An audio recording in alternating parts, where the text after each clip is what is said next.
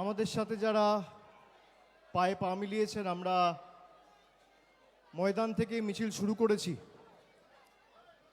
এবং জোড়াসাঁকো ঠাকুরবাড়ি প্রায় 4 কিলোমিটার পথ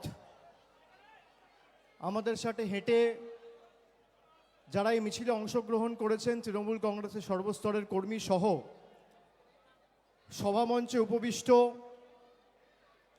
যারা রয়েছেন, প্রত্যেকটা ধর্মের প্রতিনিধি বা ধর্মগুরু যারা উপস্থিত রয়েছেন, সে ছাড়া সাংস্কৃতিক জগতের কলাকুশলীরা, খেলোয়াড়রা, যারা বাংলার কৃষ্টি সংস্কৃতি এবং ঐতিহ্যের প্রতিভূ, এবং তার সাথে সাথে বিগত 7 দিনে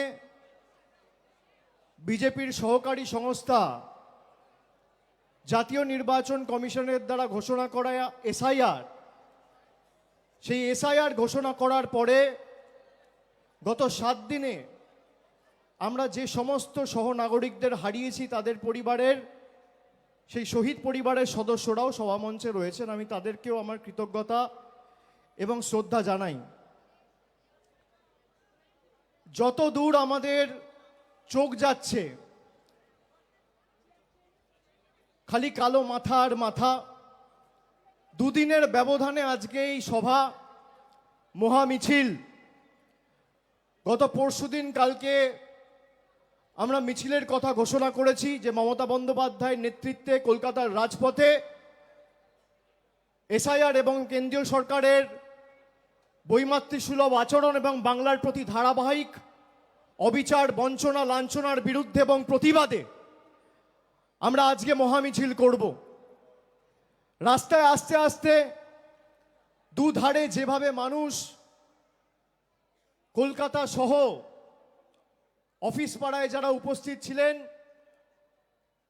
আপামর জনসাধারণ যেভাবে তাদের ভালোবাসা, কৃতজ্ঞতা, আশীর্বাদের ঋণে আমাদের আবদ্ধ করেছেন, আমরা সবার কাছে চিরঋণী। দুদিনের ব্যবধানে তৃণমূল যদি এই মিছিল করতে পারে, তাহলে আগামী 2 মাসের মধ্যে দিল্লিতে কি করতে পারে সেটা বিজেপির বন্ধুদের আমরা একবার ভেবে দেখতে বলবো।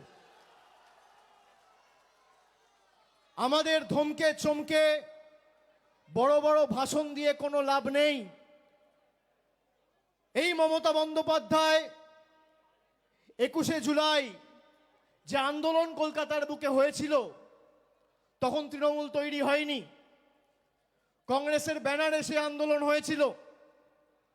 সচিত্র পরিচয়পত্র যে দাবি, যে মানুষের ভোটাধিকার এবং মানুষের মৌলিক অধিকার থেকে মানুষকে যারা বঞ্চিত করেছে, তাদের বিরুদ্ধে আমরা গর্জে উঠব। 13 জন তরতাজা যুবক সেই দিন 21শে জুলাই প্রাণ দিয়েছিল। তারপর থেকে যখনই ভারতবর্ষে ভোটাধিকার কেউ প্রয়োগ করেছে, তৎকালীন যুব কংগ্রেসের সভানেত্রী মমতা বন্দ্যোপাধ্যায়ের আন্দোলনের কথা তারা মনে করেছেন এবং সে আন্দোলন আজও স্বর্ণাক্ষরে লেখা রয়েছে। আগামী দিনে যদি মানুষের অধিকারে আমাদের প্রাণ দিতে রাস্তায় নামতে হয়, বিজেপির বিরুদ্ধে বঙ্গবাসী ইতস্তত বোধ করবে না। আমরা তৈরি আছি। আমাদের যদি মাথা নিচু করতে হয়, আমরা 10 কোটি বঙ্গবাসীর কাছে করব, কিন্তু দিল্লির কাছে বশ্যতা স্বীকার করব না, আত্মসমর্পণ করব না, তাদের কাছে মেরুদণ্ড বিক্রি করব না। আমরা যখন নবজোয়ার করেছিলাম, আমরা বলেছিলাম আপনার 100 দিনের অধিকারের টাকা হয় আমরা দিল্লিতে গিয়ে আন্দোলন করে ফিরিয়ে আনবো, নইলে বিকল্প অর্থের ব্যবস্থা করব। আমাদের সাথে বাংলার জনপ্রতিনিধিরা যারা ছিল, তপশিলি জাতি, উপজাতি, জনজাতি, মূলবাসী, সেই প্রতিনিধিদেরও অমিত শাহর অধীনস্থ দিল্লি পুলিশ চুলের মুঠি ধরে টেনে হিঁচড়ে তৎকালীন 2023 সালের অক্টোবর মাসে কৃষি ভবন থেকে বার করেছিল। আমরা শপথ করেছিলাম যে বাংলার ক্ষমতা কি তোমাদের দেখাবো, তোমাদের কাছে সব রয়েছে না, ভাবছো যা ইচ্ছা তাই করব, যখন ইচ্ছা যা ইচ্ছা ঘোষণা করব। আমি চাইবো যা চাই, জগৎ তাকে আমি না চাই। বাংলার মানুষের আশীর্বাদ নিয়ে আমরা রাস্তায় নেমেছিলাম। একদিকে 10 কোটি মানুষের আশীর্বাদ, আর একদিকে কেন্দ্র সরকারের ইডি, সিবিআই, মন্ত্রীরা, সুপ্রিম কোর্ট, হাইকোর্ট, বিচার ব্যবস্থার একাংশ, সংবাদ মাধ্যমের একাংশ, ইনকাম ট্যাক্স, নির্বাচন কমিশন, প্যারামিলিটারি ফোর্স, গোহারা হেরেছে, জয় হয়েছে বাংলার মানুষের। সেই 100 দিনে সুপ্রিম কোর্ট রায় দিয়েছে যে বাংলার মানুষকে টাকা দিতে হবে। আমরা বলেছিলাম জুন মাসে যখন এসআইআর এর নোটিফিকেশন করেছিল, যে জুন মাসে তৃণমূল কংগ্রেস তার অবস্থান স্পষ্ট করে বলেছিল যে একটা যোগ্য ভোটারের তালিকা থেকে যদি নাম বাদ যায়, বাংলার ক্ষমতাটা কি দিল্লির জমিদারদের দিল্লির বুকে এবং দিল্লির মাটিতে তৃণমূল কংগ্রেস দেখাবে। এই যে 7 জন আত্মহত্যা করে মারা গেছে, প্রাণ দিয়েছে, সবার ভোটার তালিকায় নাম ছিল। যখন ইচ্ছা যাকে ইচ্ছা বাংলাদেশি বলে আখ্যায়িত করে ডিপোর্ট করে দিচ্ছে। একটা অন্তঃসত্ত্বা মহিলা, তার 6 জন পরিবারের সদস্য সহ তাকে, যেখানে হাইকোর্ট রায় দিয়েছে তার মায়ের ভোটার তালিকায় নাম রয়েছে, তার বাবার ভোটার তালিকায় নাম রয়েছে, 2002 খসড়া তালিকায় নাম রয়েছে, তাকে বাংলাদেশি বলে ডিপোর্ট করে বাংলাদেশে পাঠিয়ে দেওয়া হয়েছে। এর জবাব বাংলা দেবেই। এবং নেত্রীকে আমি শ্রদ্ধা জানিয়ে তার অনুমতি চেয়ে আমি আপনাদের বলছি, এই যে 7 জন প্রাণ দিয়েছে সবাই যোগ্য ছিল, ভোটার তালিকা থেকে সবার নাম বাদ গেছে। আগামী দিন তৃণমূল কংগ্রেস দিল্লি যাবে এবং এসআইআর এর প্রতিবাদে বাংলার ক্ষমতা কি সারা ভারতবর্ষকে দেখাবে। দিল্লি যাওয়ার জন্য প্রস্তুত থাকুন। আগে যখন মানুষ ভোট দিত, মানুষ ভোট দিয়ে সরকার নির্বাচিত করত, আর প্রধানমন্ত্রী নরেন্দ্র মোদীর সরকার এখন পছন্দের ভোটার বেছে নিচ্ছে। আপনি ভাবুন, মানুষ বাঁচত সরকার, আর আজকে সরকার বাঁচছে ভোটার। কি এদের অবস্থা! হঠাৎ করে 10 বছর আগে 2016 সালের 8ই নভেম্বর ঘোষণা করে দিল আজ থেকে 500 টাকার নোট চলবে না, 1000 টাকার নোট চলবে না। হঠাৎ ঘোষণা করে দিচ্ছে আধারের কোনো দাম বা মূল্য নেই। হঠাৎ বলে দিচ্ছে ভোটার আইডি কার্ড ভ্যালিড নয়। হঠাৎ বলে দিচ্ছে রেশন কার্ডের কোনো ভ্যালিডিটি নেই। গত পরশুদিন অমিত শাহ একটা সাক্ষাৎকারে বলেছে, যারা ভারতবর্ষে জন্মায়নি তাদের ভারতে ভোটাধিকার প্রয়োগ করার অধিকার নেই।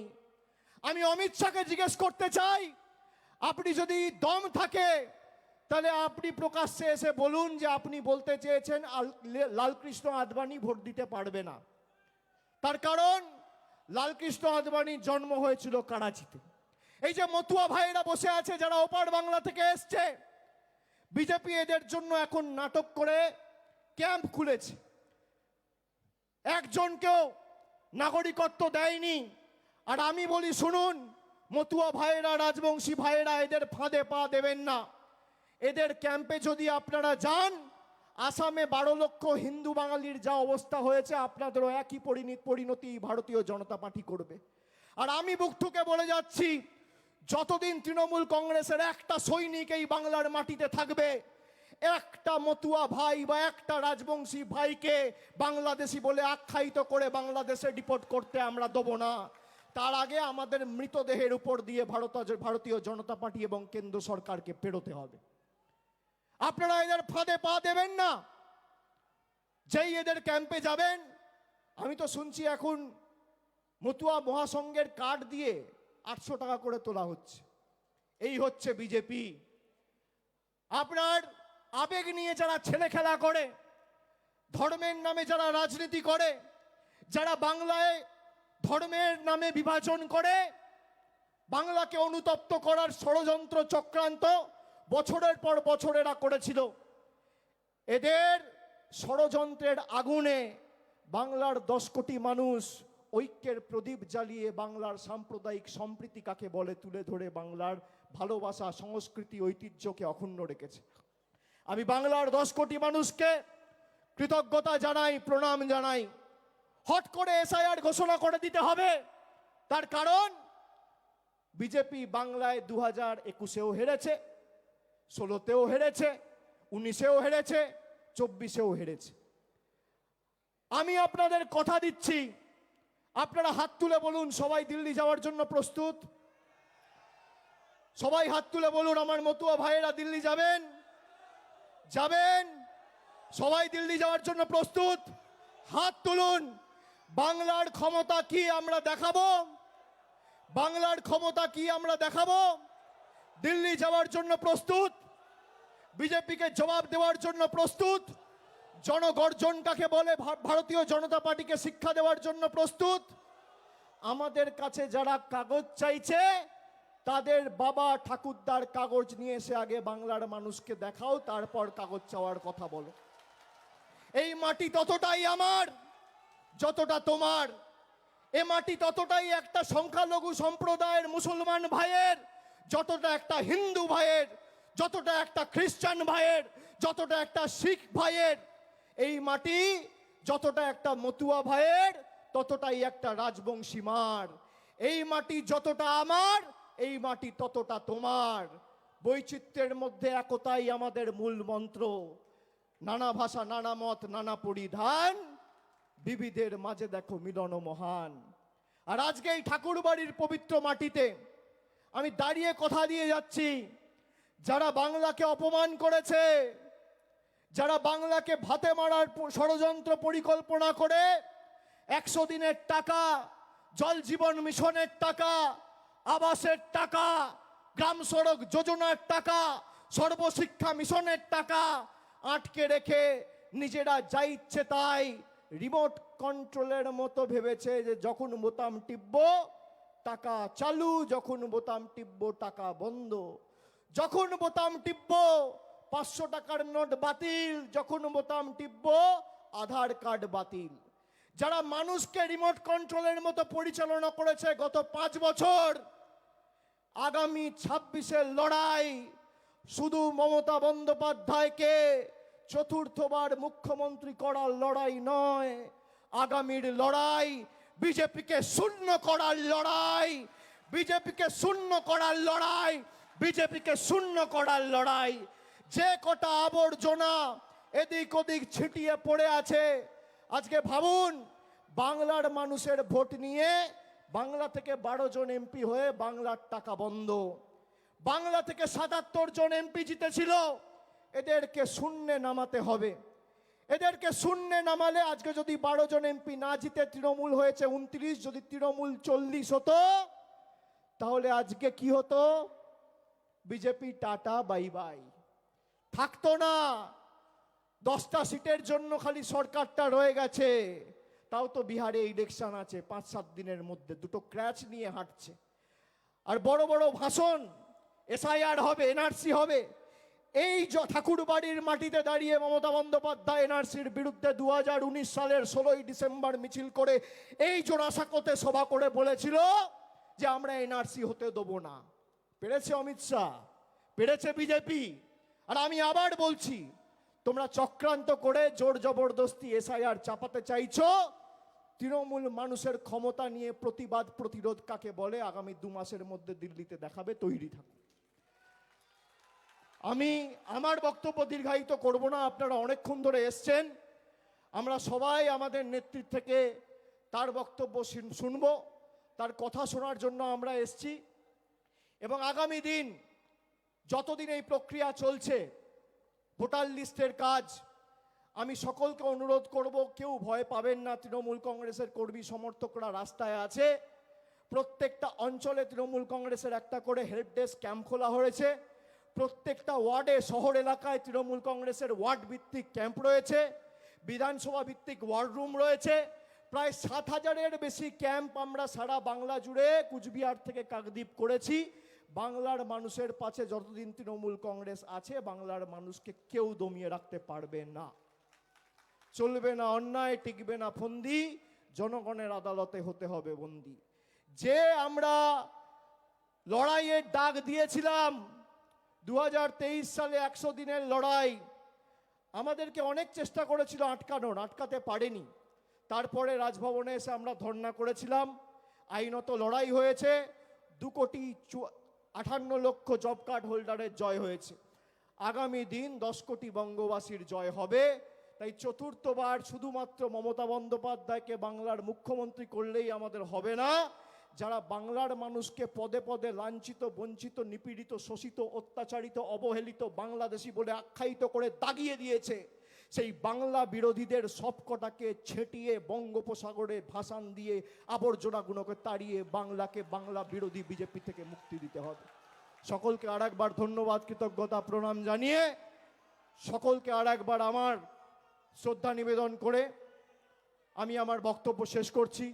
জয় হিন্দ, বন্দে মাতরম, জয় বাংলা। জোরে বলুন জয় বাংলা। পিছনে যারা আছে হাত তুলে জয় বাংলা, জয় বাংলা, জয় বাংলা। ভয় পাবেন না। অনেকে ভাবছে জয় বাংলা বললে নাকি বাংলাদেশি বলে বিজেপি আখ্যায়িত করবে।